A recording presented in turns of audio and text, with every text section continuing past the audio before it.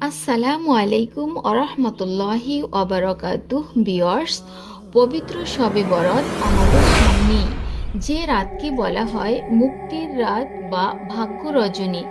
আজকের ভিডিওতে আমি আপনাদের সাথে শেয়ার করব এই মহামান্বিত রাতে আমরা ঠিক কোন সঠিক দোয়া এবং কোন আমলগুলো করলে আল্লাহর সন্তুষ্টি অর্জন করতে পারবো।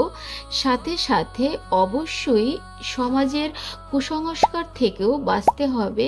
তাই চলুন দেরি না করে মূল পয়েন্টে এগিয়ে যাই, আর ভিডিওটি না টেনে শেষ পর্যন্ত দেখুন। প্রিয় সুধী, সহজে বোঝার জন্য আমরা ভিডিওটিকে 3 ভাগে ভাগ করেছি। শবে বরাতের রাতে বিশেষ দোয়া, এই মহামান্বিত রাতে বিশেষ আমল, সমাজে প্রচলিত কুসংস্কার। বিশেষ দোয়া। শাবান মাসের 14 তারিখ দিবাগত রাতেই হলো শবে বরাত। হাদিস শরীফে এসেছে, এই রাতে আল্লাহ তাআলা প্রথম আসমানে নেমে আসেন এবং বান্দাদের ডাকতে থাকেন, কে আছো ক্ষমা চাওয়ার, আমি তাকে ক্ষমা করব। কে আছো রিজিক চাওয়ার, আমি তাকে রিজিক দেব। সুবহানাল্লাহ। তাই হাদিসে বর্ণিত এই দোয়াটি বেশি বেশি পাঠ করা উত্তম। আল্লাহুম্মা ইন্নাকা আফুউন তুহিব্বুল আফওয়া ফা'ফু আন্নি। শবে বরাতের বিশেষ 5টি আমল।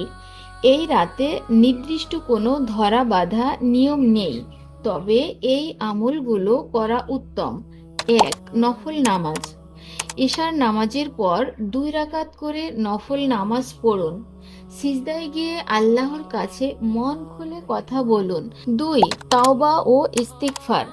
আমরা মানুষ হিসেবে সারা দিন অনেক গুনাহ করি। এই রাত হলো নিজেকে পরিশুদ্ধ করার রাত।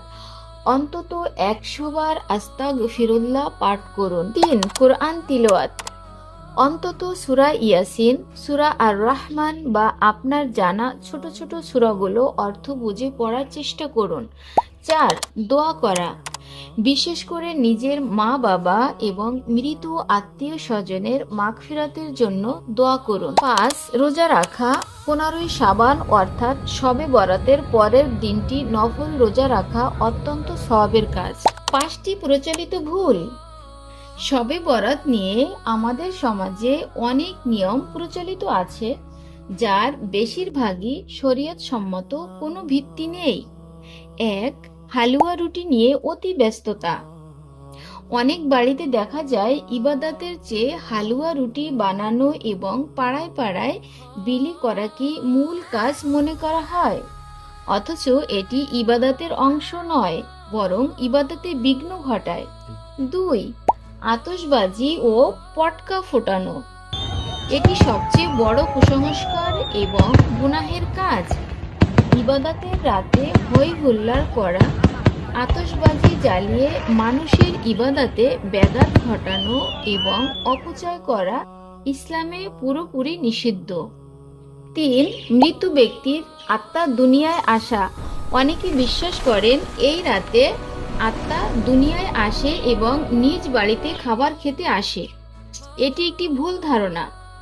মৃত্যুর পর আত্মা আলমে বরজাখে থাকে, সেখান থেকে ফিরে আসার কোনো প্রমাণ নেই। 4. নির্দিষ্ট রাকাত ও সূরা নির্ধারণ। শবে বরাতে 100 রাকাত নামাজ পড়তে হবে বা প্রতি রাকাতে সূরা ইখলাস 10 বার পড়তে হবে, এমন কোনো নির্দিষ্ট নিয়ম রাসূলুল্লাহ সাল্লাল্লাহু আলাইহি সাল্লাম সাহাবায়ে কিরাম শিখিয়ে যাননি। যে কোনো নফল নামাজ স্বাভাবিক নিয়মেই পড়তে হয়। 2 রাকাত করে যতটুকু পারেন ততটুকু নফল নামাজ পড়তে থাকুন। 5. বিশেষ আলোকসজ্জা।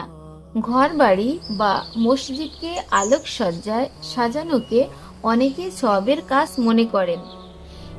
এটি মূলত অর্থের অপচয় ছাড়া আর কিছু নয়। আল্লাহ আমাদের সবাইকে এই রাতের বরকত নসিব করুন। ভিডিওটি ভালো লাগলে শেয়ার করে অন্যদের জানার সুযোগ করে দিন, আর আপনাদের মূল্যবান মতামত কমেন্টে জানাবেন। অবশ্যই সাবস্ক্রাইব করবেন। দেখা হবে পরবর্তী ভিডিওতে। আল্লাহ হাফেজ।